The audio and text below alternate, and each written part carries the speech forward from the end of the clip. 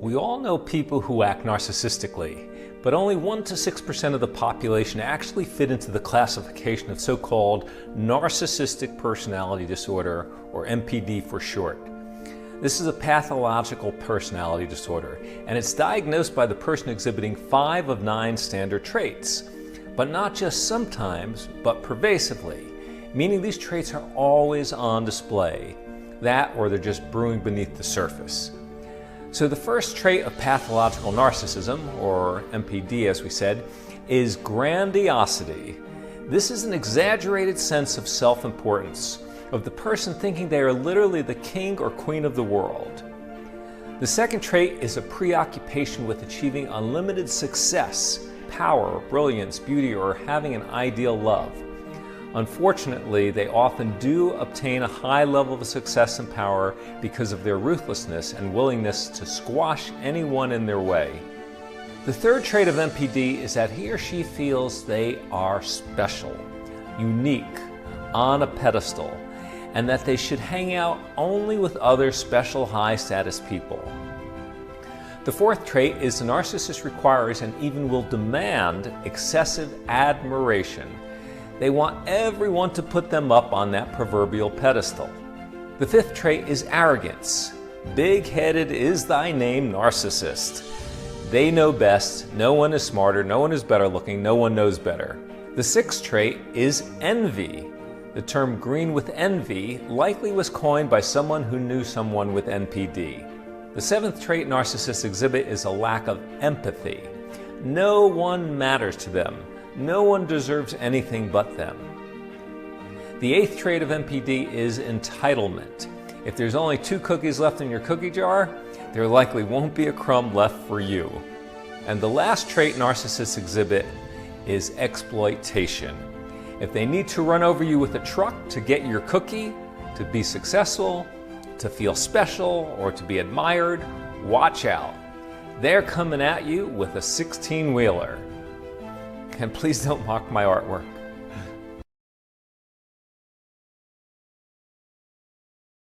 Narcissistic personality disorder. What is it and what causes it?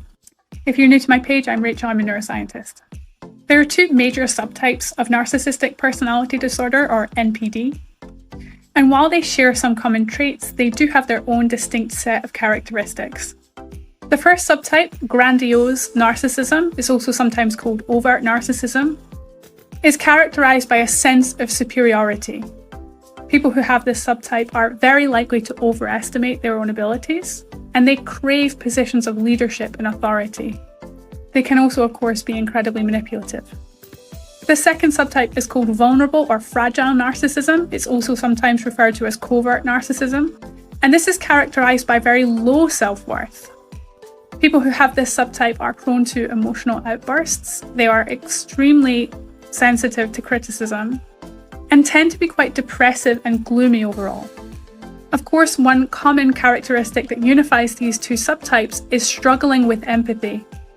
And in fact, this struggle with empathy is represented in all 4 of the cluster B personality disorders. That's the family of personality disorders that narcissism belongs to. Of those 4, narcissism is the least well researched, especially when it comes to neurobiology papers. And so for that, the precise causes are not particularly clear, but there is a strong correlation between early childhood experiences and the development of narcissistic personality disorder. So for example, trauma or abuse are often correlated. Parental behaviours can play a prominent role. For example, excessive praise or emotional neglect can be risk factors for NPD. So an example would be growing up in a household where you're very frequently praised for being good looking or for your athletic achievements, but the parents don't take an active role in providing emotional support. Tell me in the comments about your experiences with narcissistic personality disorder.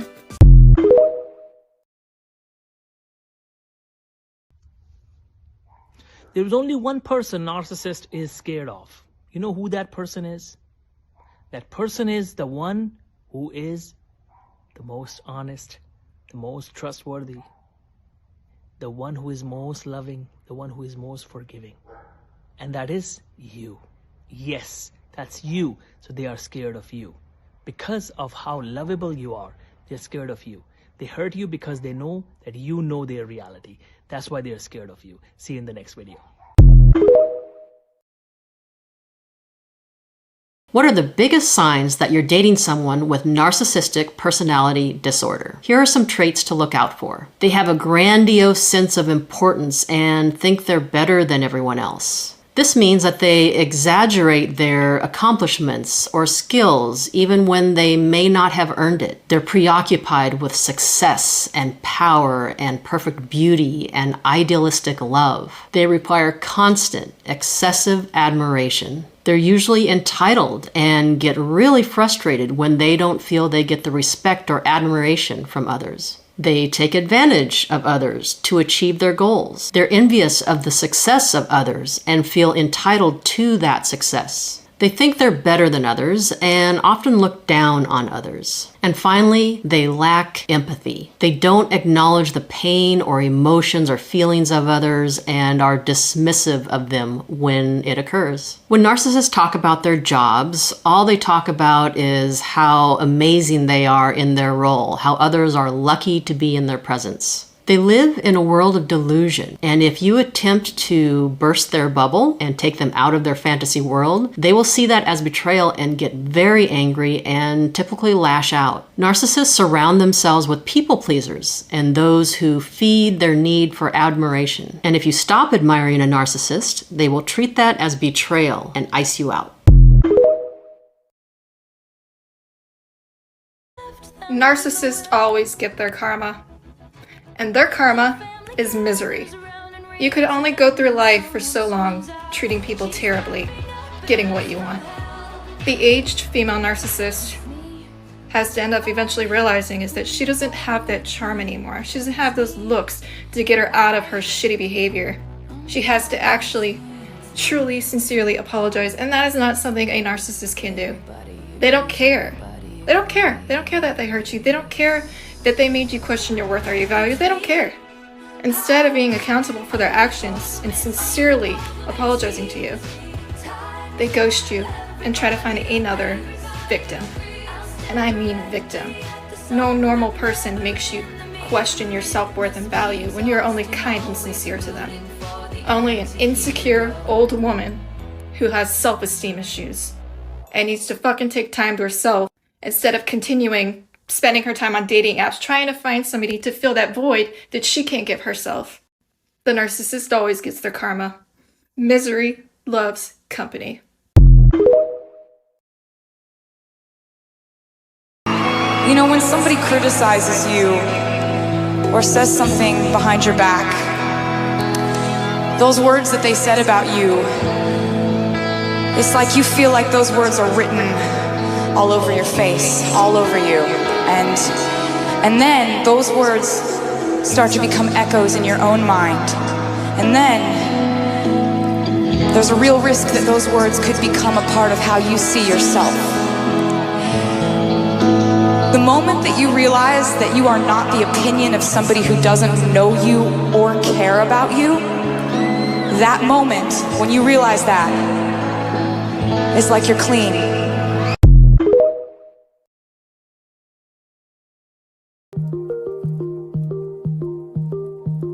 Hush, my dear, it's been a difficult year, and terrorists don't prey on innocent victims. Trust me, darling, trust me, darling.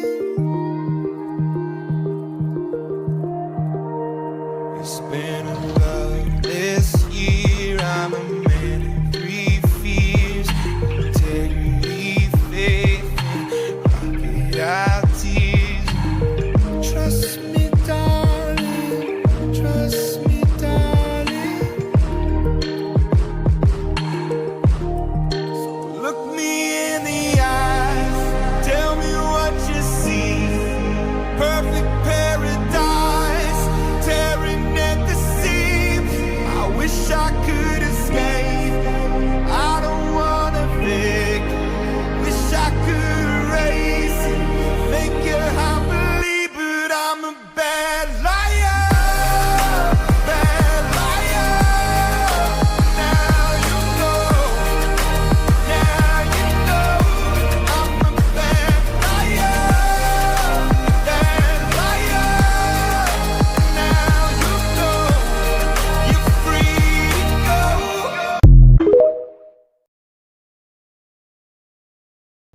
When you kick the narcissist out of your life, they will contact you after some time and they will try to come back in your life.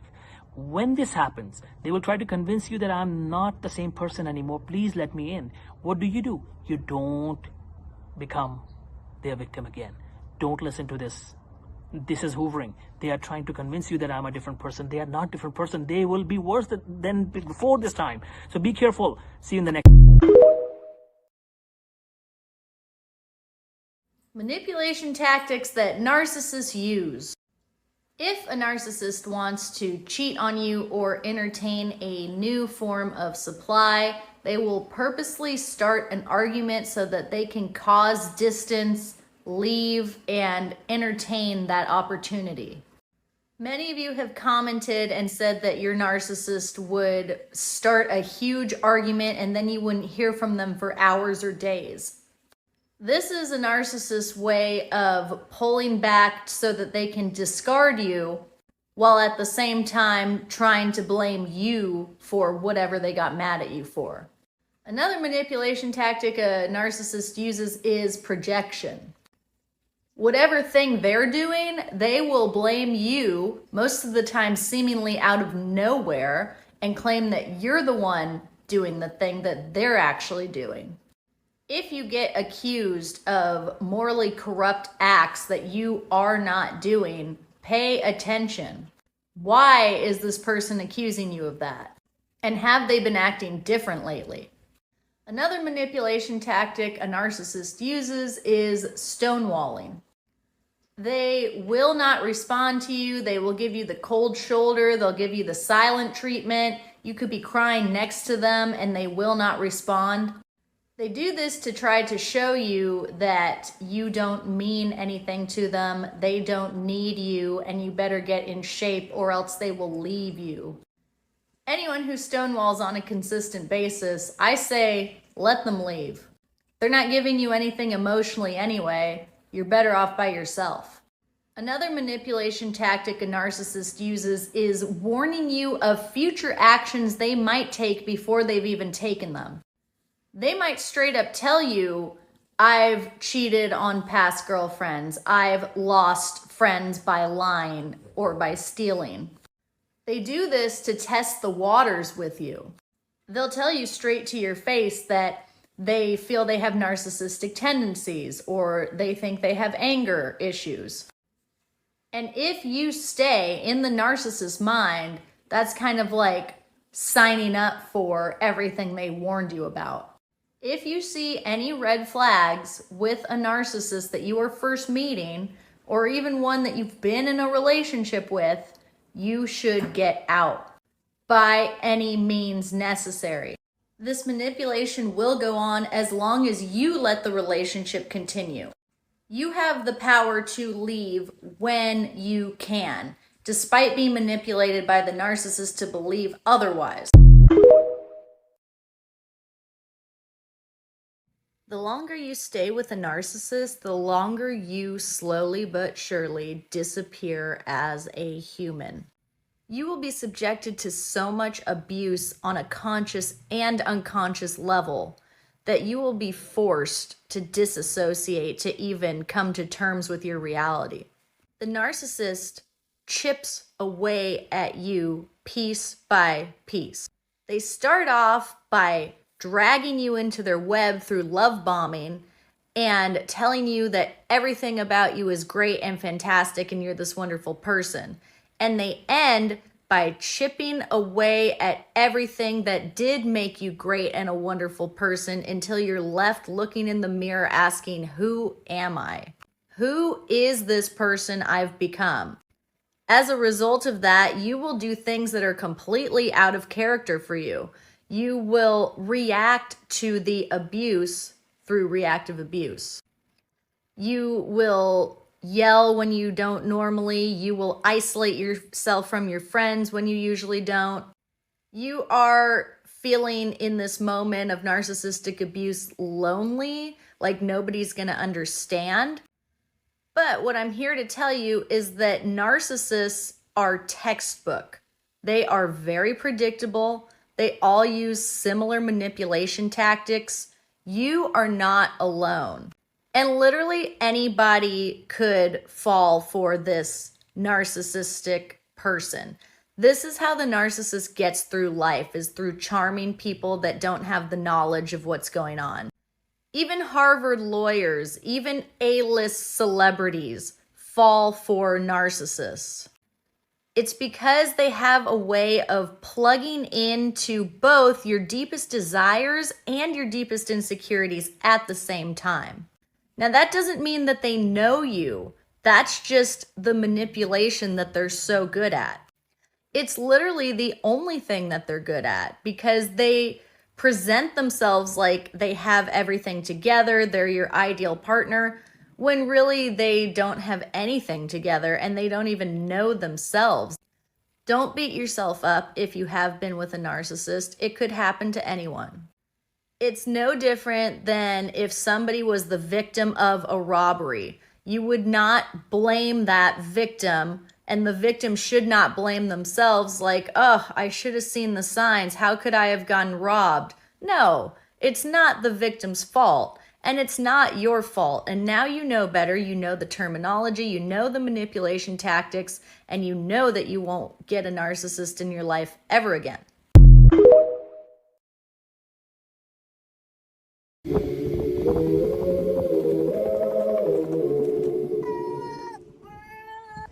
Don't you know I'm no good for you? I've learned to lose, you can't afford to. Torn my shirt to stop you bleeding, but nothing ever stops you leaving. Hello. Coming home, I can like, say I like it like that, like it like that. I can like, say I like it like that, like it like that. Don't you know too much already?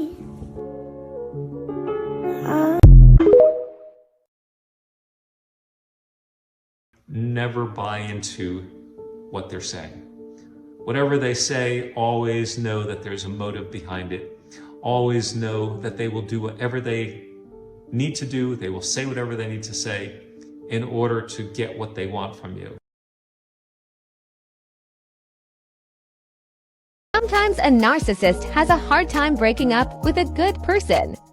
Instead, they will publicly violate boundaries to signal how little the relationship means, so your humiliation baits you to confront them. They'll bait you so it triggers their anti-accountability ego and make you out to always have a problem that they just can't deal with anymore. This way the breakup is your fault.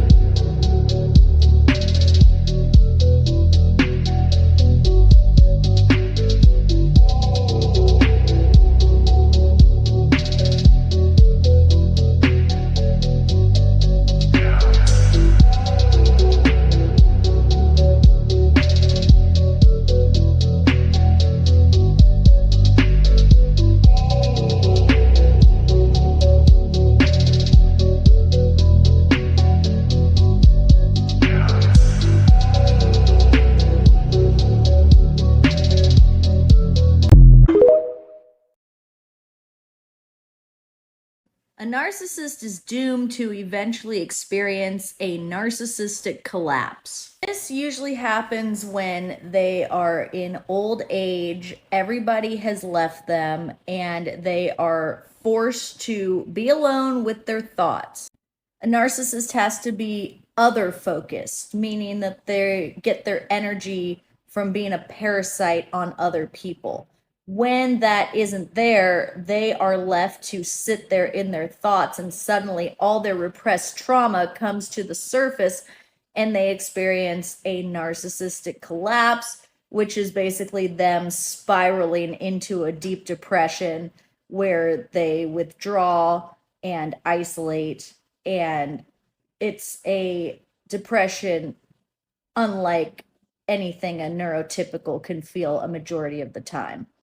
Because the narcissist completely lacks an identity and an internal self-worth, it is just a dark place for them to be. And this is why you don't have to worry about getting revenge on them when they do you wrong, because this happens to all of them. In very rare cases, there is an awareness from this, but a majority of the time, it's just a deep and spiraling depression. Everybody will eventually leave the narcissist. People do not put up with their kind of abuse forever. They catch on and they don't want any part of it.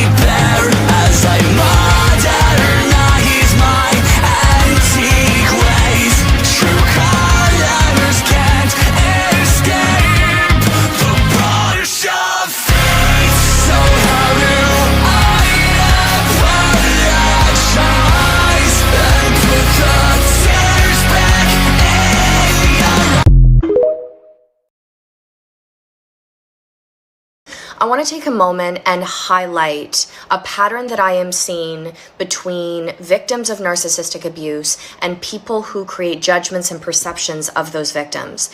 People tend to see victims of narcissistic abuse as crazy or dramatic because they appear unstable or unbalanced or full of fear and doubt to the point that they are incapable of expressing themselves or operating as a functioning normal human being after they have left an abusive relationship or when they are still in one and they're trying to make sense of why. They're angry, they're depressed, sometimes they lash out. They are out of control, and a part of that is the result of the post-traumatic stress that occurs in those relationship dynamics. They are experiencing overwhelming emotions to the point that they can't even process what it is that they're feeling. And then on the flip side, the narcissist who has been abusing the empath shows up as cool, calm, stable, grounded, emotionally regulated. Why? Because they were never attached to their victim in the first place. They don't possess the emotional empathy that comes with understanding and acknowledging why they treated another human like that in the first place. So one thing I want to highlight again and again, and I say this as much to victims of narcissistic abuse as I do to people in their lives who are struggling to make sense of why a victim is acting and responding and living in a certain way post-abuse or while they are still moving through a relationship, you will never be able to understand unless you are in a narcissistic relationship. So highlighting that they need to move on or get over it, or even highlighting all of the reasons why they deserve more and that they don't need the narcissist in order to be happy and they should just pick up and start focusing on the things that matter in their life. All of those narratives create more shame in the mind of a victim. What it says to them is, you are staying because you want to, and they are so conflicted and confused as to why they can't break free, as to why they continue to allow the abuse to happen again and again, because their brain is trauma bonded to the narcissist. And it is impossible to put yourself in the shoes of someone that is going through that experience of psychological warfare. All that I can say to those people who are struggling to understand how to hold space for victims is just listen. Listen and emotionally validate their experience. And to the victims of narcissistic abuse, please know this. You were not crazy. You are not crazy. You'll never be crazy. You were abused, or you continue to be abused because you are experiencing emotional, psychological, verbal, and sometimes physical abuse. And what that does to the psyche is it creates an addiction and attachment to your abuser that makes it almost impossible to be able to break free, to stop contacting them, to imagine a life that would exist without them, because you have been conditioned to associate love with abuse. I see you and I understand. It's not your fault. It never was. And I promise you that healing is possible. I promise you that there is life after trauma and narcissistic abuse. Let me ask you something. How many times did you think if the house was clean enough, if you said yes enough, if you got over whatever he did to you quick enough, that one day he was just gonna wake up and look at you and be like, man, I hit the lotto. Wow, I messed up. I realized what I have in you. How long did you turn yourself inside out, hoping that you would hear those words and he would actually mean it and there would be some sort of a change? Baby girl, the right man, you're not gonna have to do that for. You don't have to turn yourself inside out for him to see you.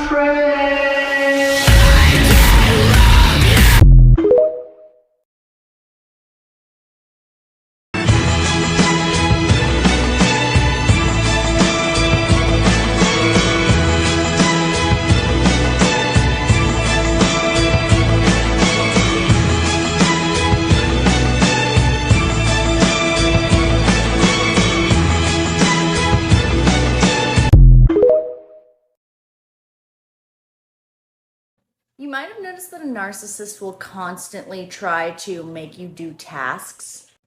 They'll ask you to do favors for them. If it's your day off, they'll guilt you about not working. They'll ask you to do the chores that usually they would be responsible for.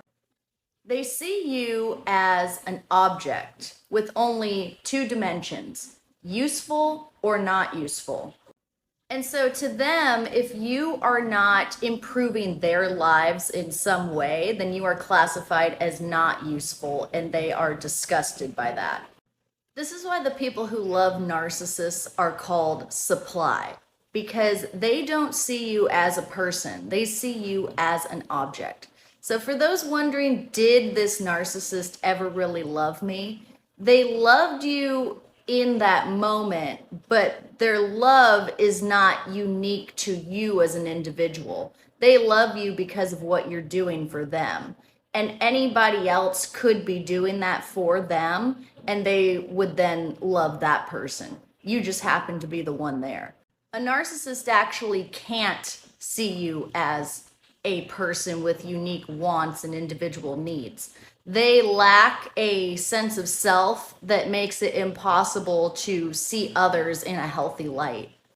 This is like a bizarre concept for a neurotypical, so I want to give you an example. So I have a headache, so I reach for all these different packets of Advil. And it really doesn't matter to me which packet I take, because all I want to do is cure my headache.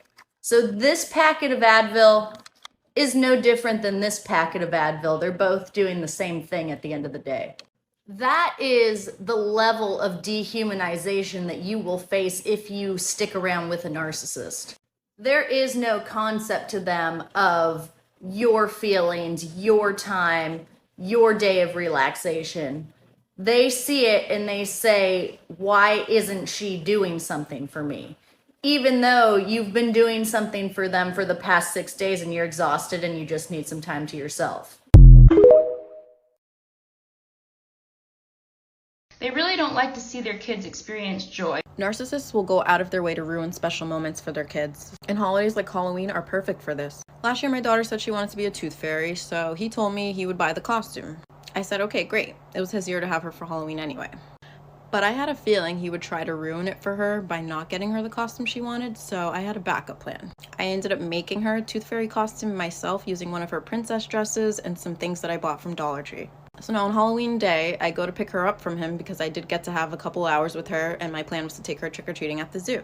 She comes outside and she's wearing a unicorn costume and her face was so disappointed. I asked him what happened. I thought she wanted to be a tooth fairy. I thought you were getting the tooth fairy costume. He says, no, I couldn't find it. You can find anything on Amazon. Like, you mean to tell me you couldn't find a tooth fairy costume? I was just so thankful I had the costume she really wanted ready and waiting for her, and I changed her into it when we got to the zoo. And she was so happy.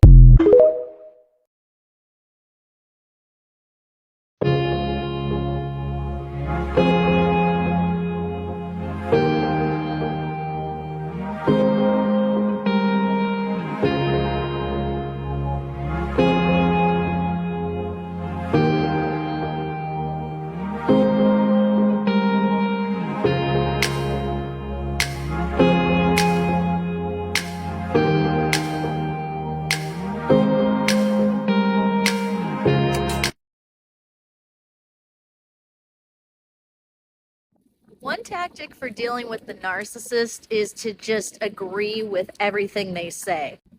This is a gray rock method, but you don't actually follow through with it. If a narcissist is threatening you with something that they want done in the future, then you can just agree with it to get out of the conversation and then do whatever you want. For example, maybe they're like, we're not spending Christmas with your family this year, and they know that's going to make you really upset. You say, okay, and then you proceed to spend Christmas with your family. Or whatever it may be. You know, if they're like, I think I'm going to move across the country. Okay, that sounds good. Live your life.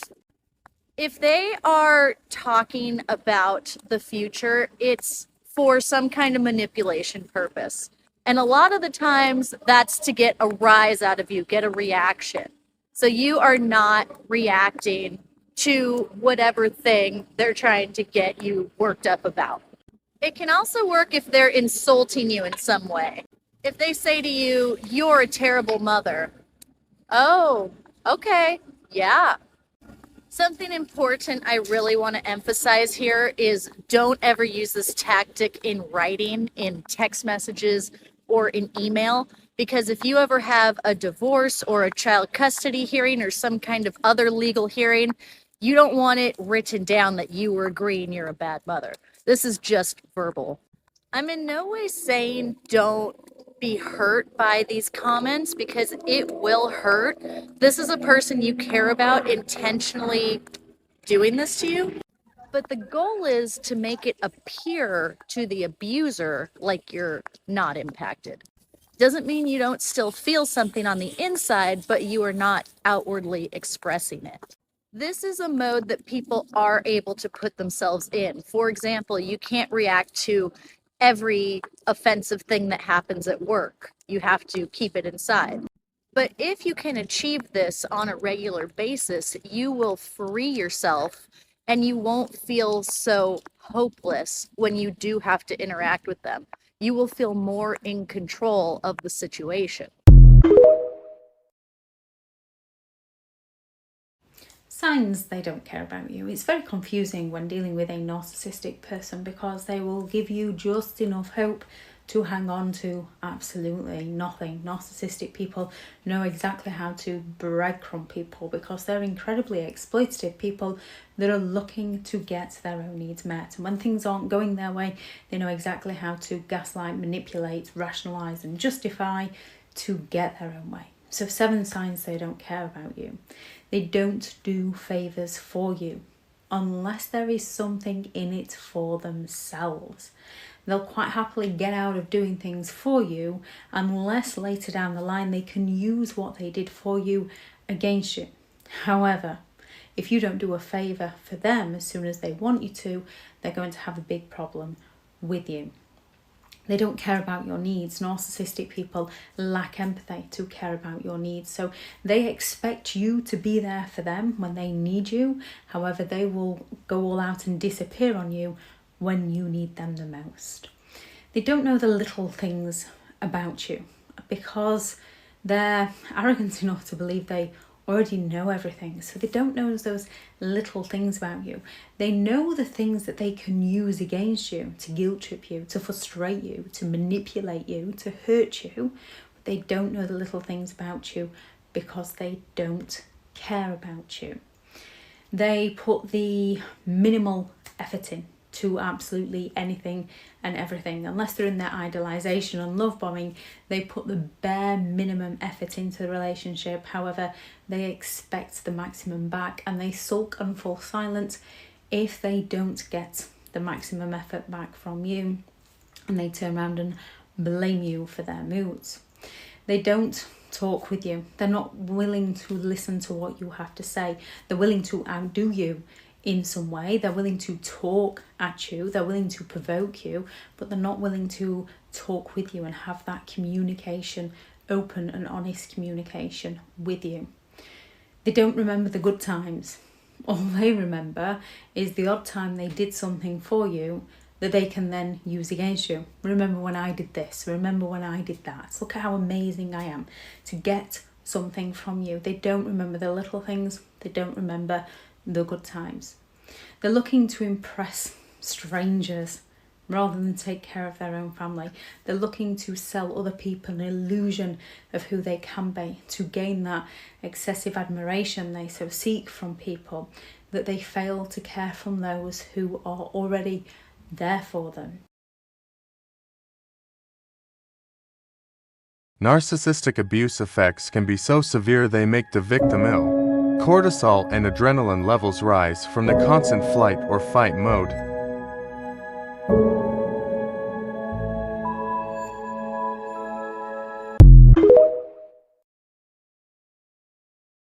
So covert narcissists are more subtle, and the way they get our attention and our energy is by giving the woe is me vibe. It's always their mom or their boss or their ex-wife or someone that's picking on them. They're never accountable for their actions. And meanwhile, they think they're better than everyone else. That's why no one understands them, because they're so great and so special. Okay, something I want to talk about with, especially, covert narcissists, is that, because with any narcissistic relationship, it's all about control, right? Like abusive relationship, it's all about the control that they have over the other person, the victim. And it can show up in so many different ways. And I'm going to just speak from my experience. And I mean, I hear a lot of stories where people are in abusive relationships with like physically, mentally, emotionally, like any type of abusive relationship. And they were told that they weren't allowed to do something. They weren't allowed to go somewhere, that they had to always call their partner. They had to like let them know what time they were coming home. They always had to be like in contact with them or track them, or they weren't allowed to wear certain types of clothing, or they weren't allowed to hang out with certain types of people, or whatever it was. And for my situation, like, it wasn't like that. And I think that was what it was like so much harder for me to understand and accept and acknowledge that I was in an abusive relationship, yes, but the control showed up in different places. Like my ex never told me I couldn't wear certain things. He never wanted to be in contact with me like 24/7. He like didn't care when I came home or like who I was hanging out with. But it would show up in other ways.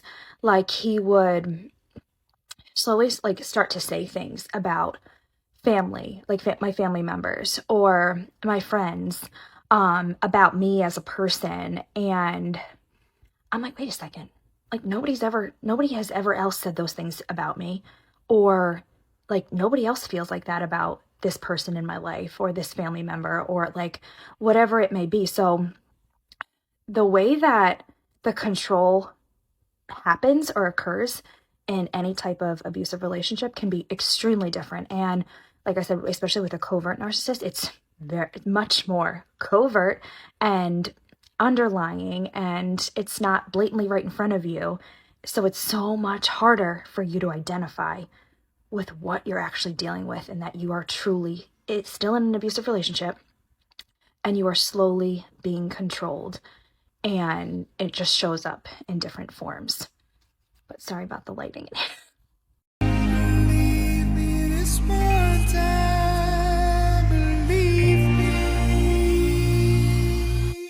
I'm a bad liar.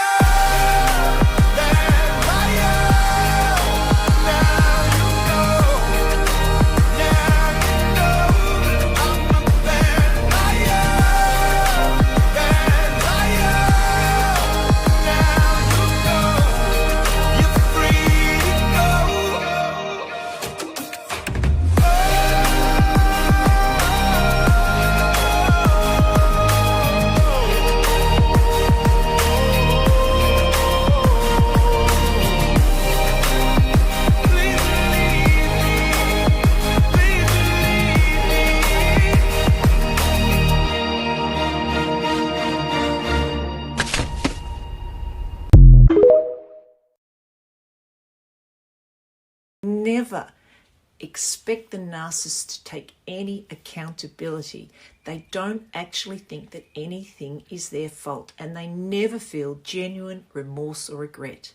When challenged, they're losing control of you. They begin to hoover or love bomb you. They'll promise you that they'll make a genuine effort or that they made a mistake. They feign empathy, but they don't mean it.